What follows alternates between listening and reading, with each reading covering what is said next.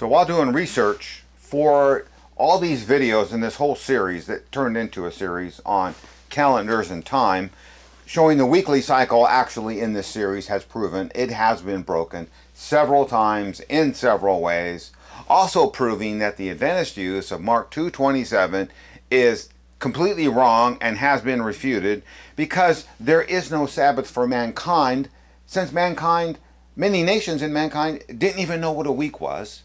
And some of those who didn't have 7-day calendars. So how can there be a Sabbath for mankind if mankind doesn't even have a 7-day week calendar?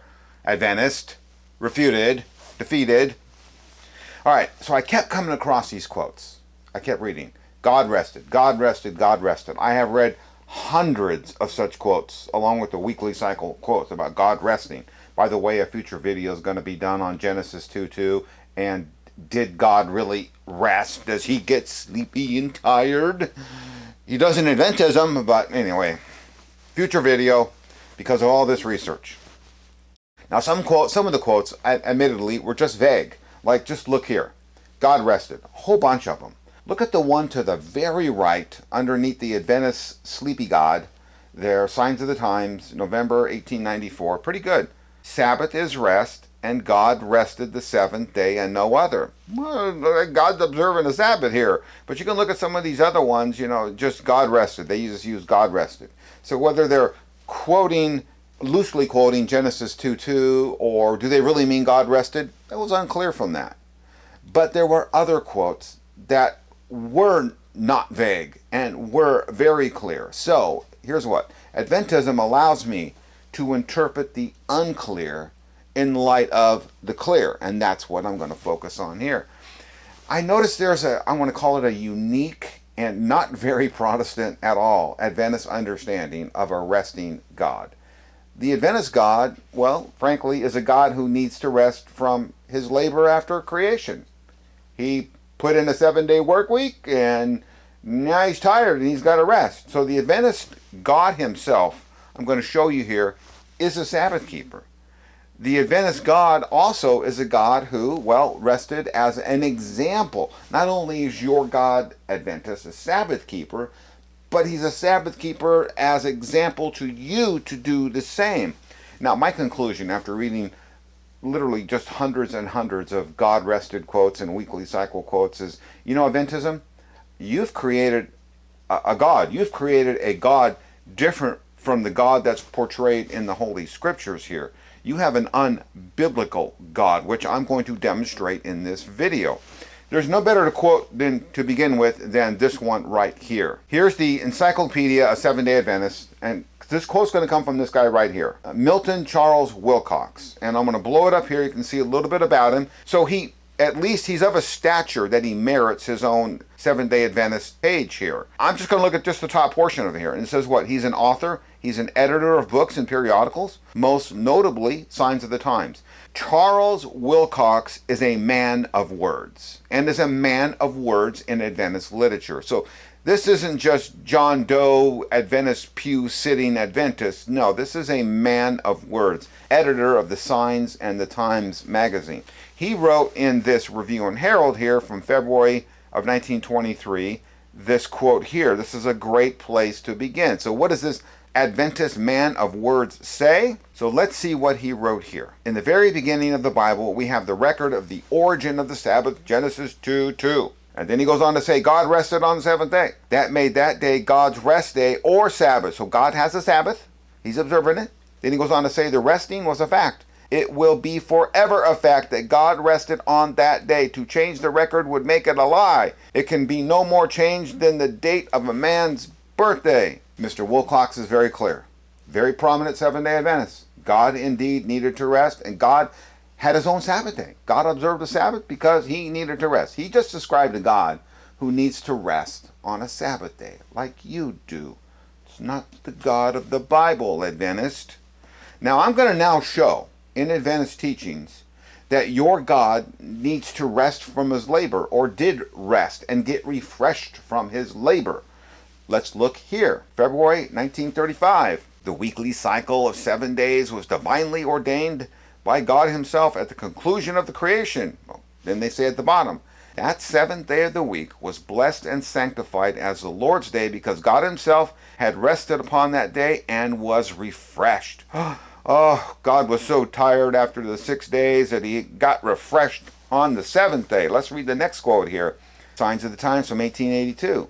They're going to ask us a question here rhetorically that they are going to answer in this article. Did any divine being ever rest on this day?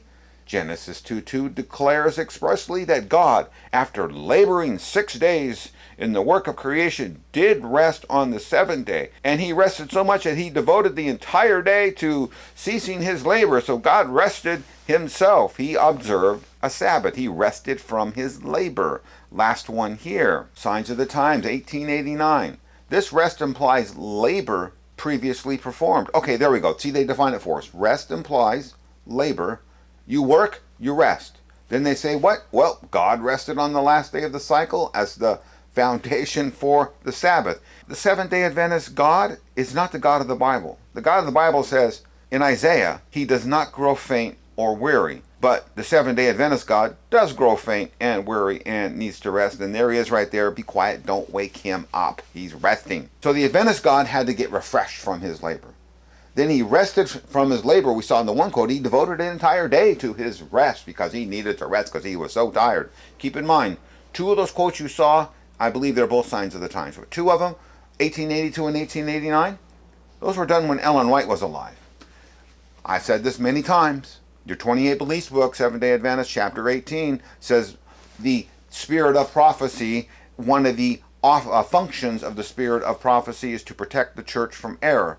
Well, those quotes have not been refuted by her anywhere in the literature, so it's not error.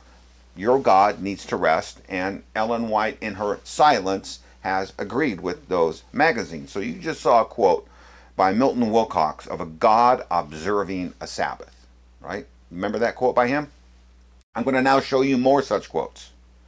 Adventists, recall, how do you use Mark 2:27? What's Mark 2:27 mean? Who is the Sabbath made for? You already know that. It's made for man. Keep that in mind because we're going to revisit this here in just a minute. Let's look at this Review and Herald magazine here from 1914. Out of the weekly cycle, God chose the seventh day as his Sabbath by placing upon it his divine blessing because he rested on it. Let's look at this one here, October of 1917.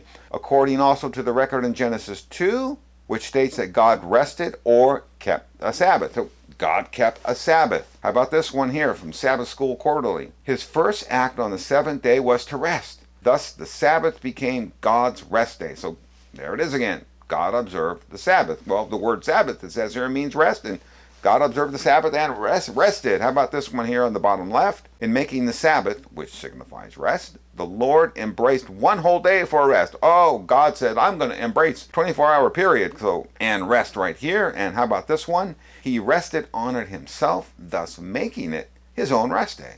There he is. God rested.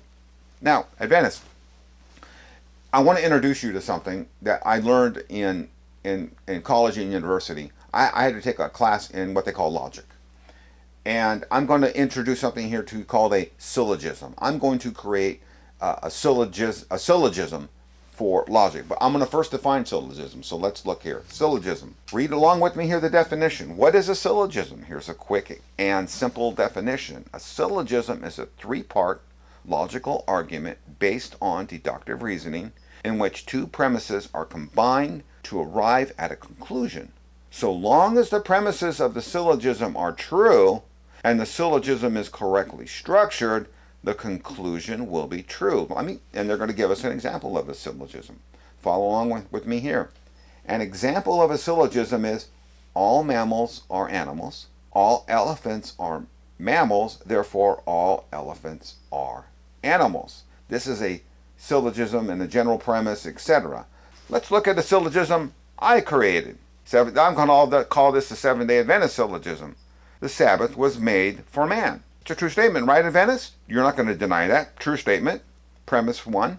Premise 2. The Adventist God observed a Sabbath. You can't deny that. We just saw it in your literature. The conclusion, therefore, is this. Therefore, the Adventist Sabbath keeping God is a man. Boom. Mic drop. So there's a syllogism right there that just proves your God is not the God of the Bible, because you always teach, Mark 2:27, the Sabbath was made for man. Your God therefore observed the Sabbath, therefore your God is a man. There you go. Adventism defeated again.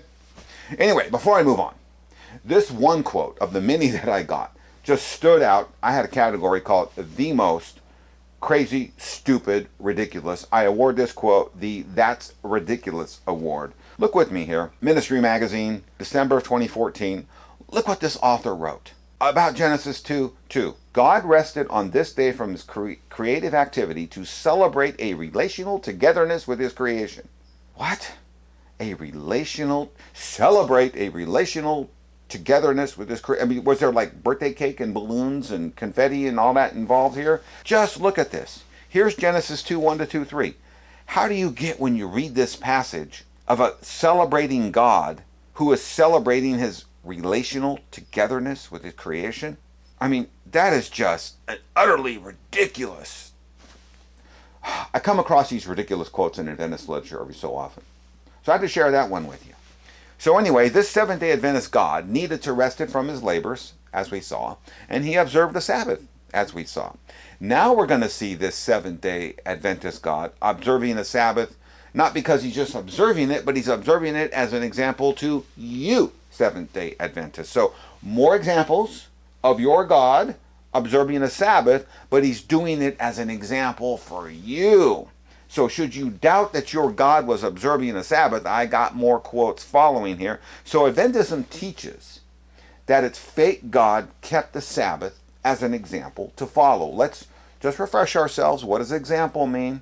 Example means this in the Merriam-Webster dictionary: one that serves as a pattern to be imitated or not to be imitated. So your God is serving as a pattern. So your God is observing the Sabbath as a pattern for you to imitate. Well, let's begin here. In this Review and Herald magazine from 1941, Genesis 2:2, God himself set the example of Sabbath keeping. So God is observing the Sabbath so that you can see that example, so you can keep it too. Review and Herald, October 1874. Then the Sabbath was made by the God of heaven by resting on the seventh day, the last day of the first weekly cycle, thus setting an example for all time to come. So God rested so you can learn how to rest too on the Sabbath.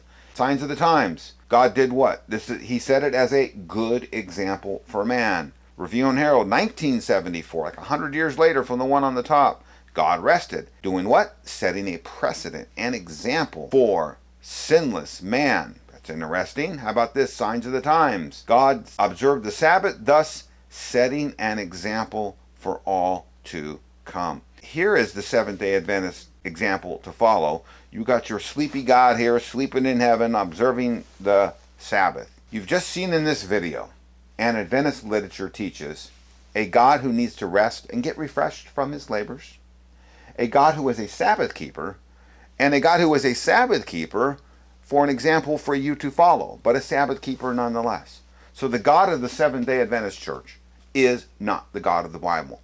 My God doesn't grow weary and need refreshing from his labors. My God is not a Sabbath keeper as an example to follow. That's all made up Seventh-day Adventist doctrine. Once again, Seventh-day Adventism teaches doctrines not found in the Bible. So the God of the Seventh-day Adventist Church is not the God of the Bible. After all, the Sabbath was made for man, right? Your God observed the Sabbath, therefore your God is a man. You can't get out of that syllogism, Adventist. Try. Try as you might in the comments, but try. So the Protestant God is not a God who observes the Sabbath or needs rest. That is one major difference between us Christians and you Adventists, and you Adventists are not Christian because of who your fake resting God is.